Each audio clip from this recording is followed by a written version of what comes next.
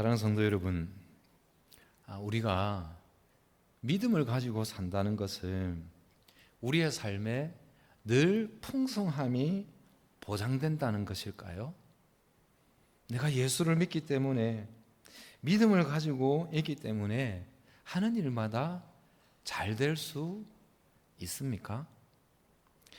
믿음을 가지고 있기 때문에 항상 건강할 수 있습니까? 예수를 믿기 때문에 내 삶에 아무런 부족함도 없고 만사 형통할 수 있습니까? 그러지 않습니다.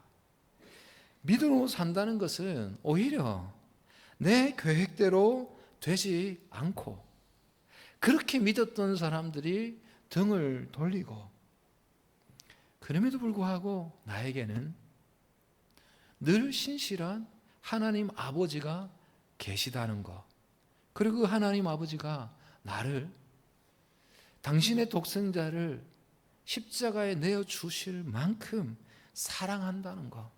그래서 세상은 절망적이고 세상은 아무런 소망이 없다고 할지라도 내 하나님은 나에게 소망이 되시는 분이라는 사실을 믿는 것, 그 사실에 근거해서 이 땅의 삶을 사는 것, 그게 믿음의 삶을 살아가는 것 아니겠습니까? 그런 하나님을 믿는 믿음이 있으면 우리가 잘 되고 못 되고를 떠나서 적어도 내가 하고 있는 일을 멈추거나 포기하지 않고 계속해서 달려갈 수 있는 거죠. 왜냐하면 나에게 소망이 되시는 하나님이 계시기 때문에 내가 하는 일을 포기하거나 멈추지 않고 달려가게 되는 거예요.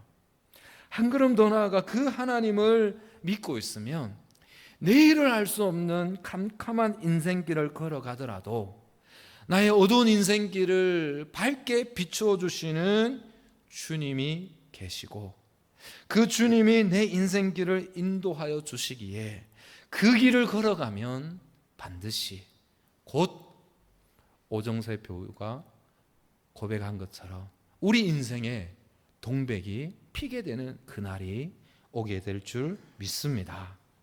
그러므로 여러분, 우리가 믿음으로 산다는 것은 세상에 소망을 두고 살아가는 게 아닙니다. 나의 어떠함에, 나의 능력이나 실력이나 환경에 우리가 근거를 두고 살아가는 것이 아니고, 우리에게 소망이 되시는 주님이 계신 줄 믿고, 우리의 삶의 근거는 항상 주님께 있음을 믿고 나아가는 저와 여러분들이 될 수 있기를 주님의 이름으로 축복합니다. 오늘 우리가 본문으로 봉독한 말씀은 바로 그 내용을 말씀하고 있거든요.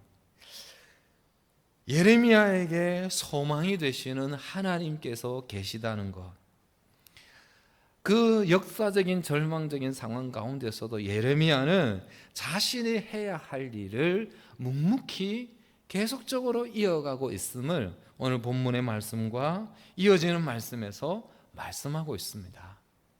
여러분, 오늘 우리가 봉독한 1절 2절의 말씀에 역사적으로 굉장히 어두운 상황이지요. 그 시대가 언제인가를 1절에서 말씀하고 2절에 그때에, 2절 다 함께 봉독하실까요? 시작. 그때에 바벨론 군대는 예루살렘을 에워싸고 선지자 예레미야는 유다의 왕의 궁중에 있는 시위대 뜰에 갇혔으니. 아멘. 왜 예레미야가 지금 시위대 뜰에 갇혔는가를 이어서 3절 이하의 말씀에서 이는 하면서 설명을 합니다. 예레미야가 크게 세 가지 내용을 선포했어요. 첫 번째는 하나님께서 남유다를 바벨론 손에 넘기셨다.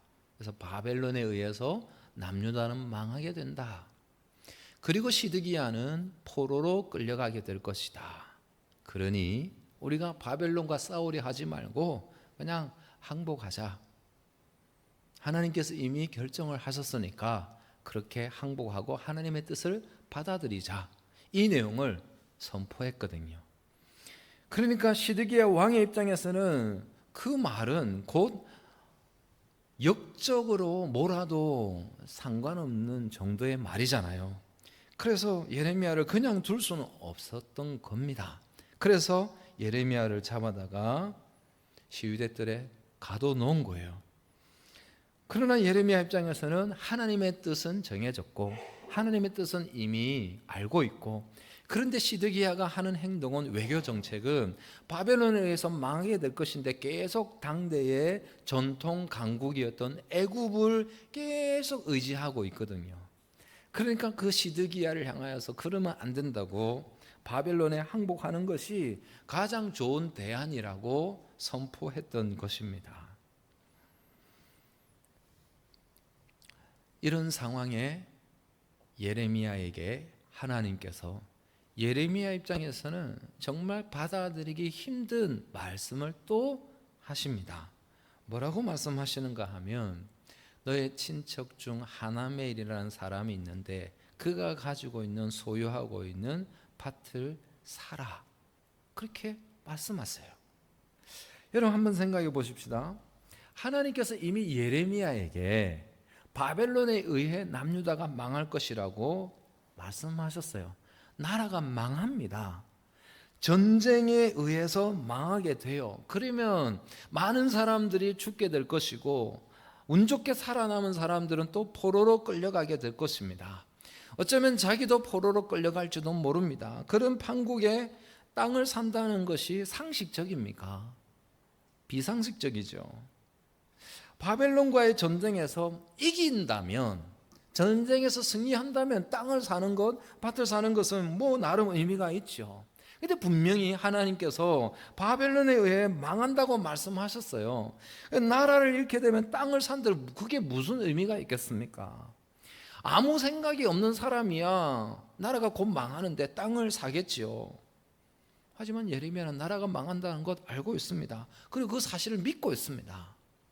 그런데 하나님께서 예레미야에게 밭을 사라고 말씀하셨고, 예레미야는 그 말씀을 듣고 말씀하신 대로 오늘 본문 이후에 보면 은 17세겔을 주고 밭을 삽니다. 그러면 왜 하나님께서 이런 상황 가운데 예레미야에게 밭을 사라고 말씀하셨을까요? 앞서 말씀을 드렸듯이 이제 곧 바벨론에 의해서 나라가 멸망당합니다. 그 과정에 온 국토는 아마 쑥대밭이 될 것입니다. 그죠? 수많은 사람들이 전쟁통에 죽게 될 것이고 많은 사람들이 포로로 끌려가게 될 것입니다. 그러면 그 현상을 본 하나님의 백성들은 말 그대로 절망하겠지요. 희망을 다 잃어버리게 될 것입니다. 우리가 아는 것처럼 그 과정에 성전까지 파괴되지 않습니까? 그러니까 나라는 완전히 희망을 잃고 이제 끝났다라고 생각할 겁니다. 그런데 그때 예레미야를 통해서 밭을 사게 한 하나님의 의도가 드러나게 되는 거지요. 당시 하나님의 백성들에게 그래도 아직은 소망을 가질 수 있다, 소망을 주시기 위해서 예레미야에게 땅을 사라고 한 것이죠. 예레미야가 뭐라고 예언했습니까? 70년의 기한이 차면 나라가 회복될 것이다, 포로로 끌려갔던 땅에서 돌아오게 될 것이다 라고 계속적으로 선포해 왔거든요. 그래서 하나님께서 그 땅을 사면, 그 밭을 사면 매매 증서를 2장을 기록을 하고, 한 장은 봉해서 보관하고 한 장은 매매 증서를 바룩에게 보내어서 일정한 곳에 보관해 둬라 라고 말씀을 하세요. 오늘 본문 이하의 말씀을 보면 2개의 매매 증서를 써서 하나는 봉인하라고 하고 하나는 봉인하지 말고 일정한 장소에 보관하라 한 이유는 뭐겠습니까? 하나는 필요할 때 펴서 보기 위해서 봉인하지 말라는 것 아니겠습니까? 사람들이 절망할 때 그 매매 증서를 보여주면서 내가 왜 이 땅을 산지 아냐고, 내가 왜 이 밭을 산지 아냐고, 나라가 망했지만 내가 이 매매 증서를 가지고 있는 것은 하나님께서 때가 차면 나라를 회복시켜 주실 것이고 우리를 포로에서 돌려보내실 것이다. 그 절망 가운데 있는 사람들에게 그 매매 증서를 보여주면서 이것이 하나님께서 나에게 말씀하신 사인이라고, 표적이라고, 그러기 위해서 매매 증서를 하나는 봉인하고 하나는 일정한 장소에 보관한 거예요. 그래서 여러분, 지금 예레미야가 이 땅을 산 것은, 밭을 산 것은 단순히 땅을 산 게 아니죠. 뭐를 산 겁니까? 소망을 산 겁니다. 희망을 산 것입니다. 이 매매 증서를 보고 있으면 그래도 때가 되면 하나님께서 우리를 고국 땅으로 돌려보냈을 것이다. 때가 되면 하나님께서 나라를 회복시켜 주실 것이다 라고 하는 증거를 그것을 통해서 확인하고 싶은 것이었고, 또 사람들에게 확인시켜 주는 것이죠. 사랑하는 성도 여러분, 지금 우리가 살아가고 있는, 지금 저와 여러분들이 살아가고 있는 시대는 뭐 예레미야 시대만큼 비교할 정도로 심각한 상황이 아니라고 말할 수도 있고, 보기에 따라, 관점에 따라 더 심한 상황이라도 말할 수 있겠죠. 다 인정하는 것은 정치적으로, 경제적으로 어려운 상황이라는 건 너무나 잘 알고 있습니다. 그리고 사람들의 정서가 점점점 메말라가고 점점 마음을 다스리기 어려운 현상들이, 사람들이 많이 나타나고 있는 것을 보게 됩니다. 여러분, 생각보다 많은 사람들이 우울감에 사로잡혀서 하루하루 힘겹게 살아가고 있다는 거 압니까? 과거에는 우울증이라는 것이 그냥 특별한 누군가에게만, 소수의 사람들에게만 있는 것이라 생각했는데 상당수의 사람들이 우울증에 시달리고 있습니다. 뿐만 아닙니다. 이제 자신의 감정, 차오르는 분노를 주체하지 못하는 사람들이 너무 많이 있습니다. 그래서 연일 언론을 통해서 우리가 접하는 소식이 뭡니까? 다툼 끝에 가족을, 이웃을 무참히 살해했다, 그런 내용들이 계속해서 들려오고 있지 않습니까? 그런 소식을 접할 때마다 우리는 분명 우리가 사는 시대가 힘들고 어려운 시대이고, 위기의 시대이고, 절망의 시대이고, 불안의 시대라는 것을 인정할 수밖에 없습니다. 그래서 많은 사람들이 뭔가 의욕을 가지고 삶을 살아가려고 하지 않습니다. 혹여나 의욕을 가졌다고 한들 뭔가 해볼 수 있는, 시도해볼 수 있는 일이 많지 않다고 말들을 합니다. 그런데 여러분, 지금 아무리 힘든 시기라 하더라도 적어도 우리의 마음에 절망감이 자리 잡게 해서는 안 됩니다. 절망감이 우리의 마음을 사로잡게 되면요, 하고 있는 일을 계속해서 해 나갈 수 없습니다. 하고 있는 일을 포기하게 됩니다. 하고 있는 일을 중단하게 됩니다. 왜? 절망이 그렇게 하게 만듭니다. 사랑하는 성도 여러분, 진짜 우리의 인생이, 우리의 시대가 절망적인 것은 뭐가 절망적인 것일까요? 그것은 다름이 아니라 우리 스스로 포기하고 아무것도 하지 않는 것이야말로 절망이죠.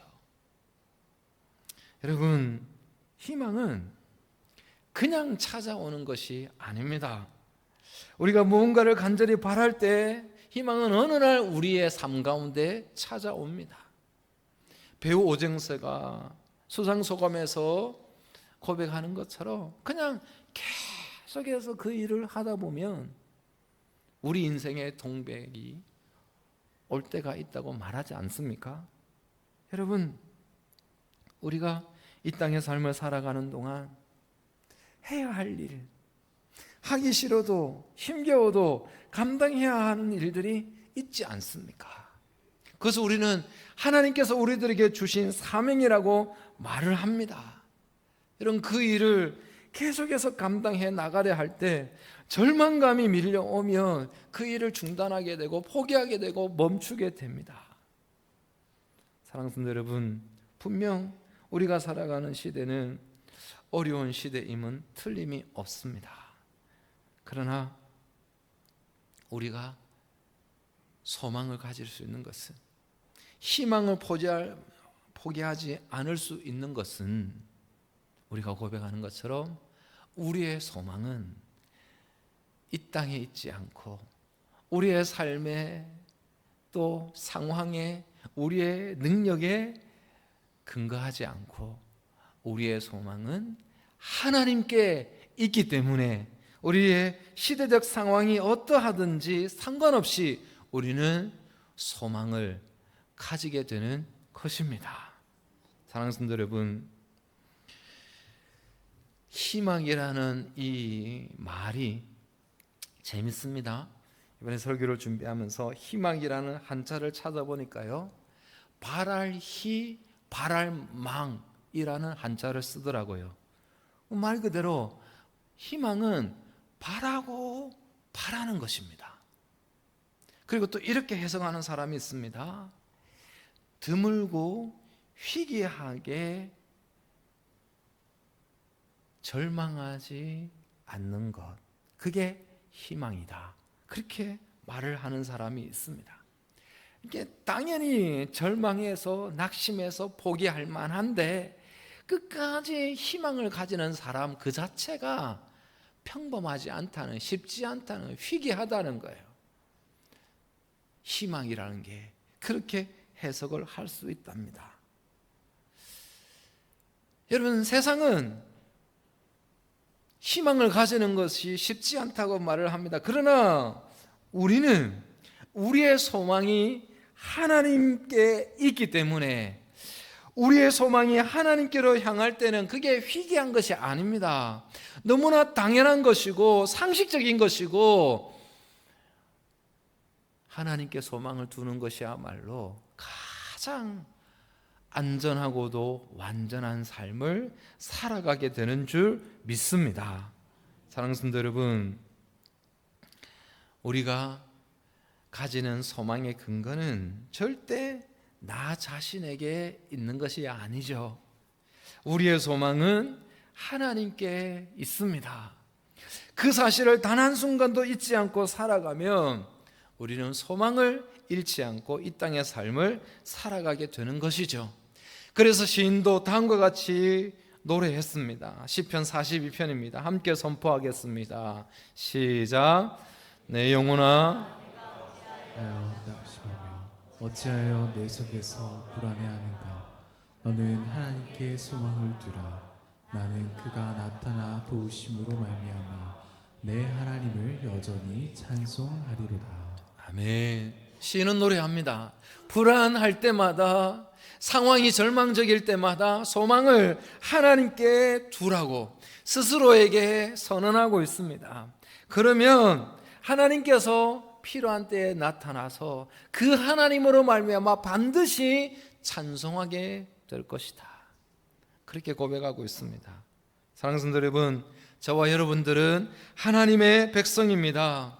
하나님의 자녀입니다. 때문에 우리의 아버지 되시는 하나님께 우리의 소망을 두고 산다면 나라가 곧 망하는 중에도 돈을 주고 땅을 사며 자신이 감당해야 할 일을 묵묵히 감당하며 중단하지 않고 멈추지 않고 계속적으로 그 일을 감당했던 예레미야처럼 우리도 하나님께 소망을 두면 우리에게 주어진 일들을 중단하지 않고 멈추지 않고 계속적으로 감당해내는 삶을 살아가게 되는 줄 믿습니다.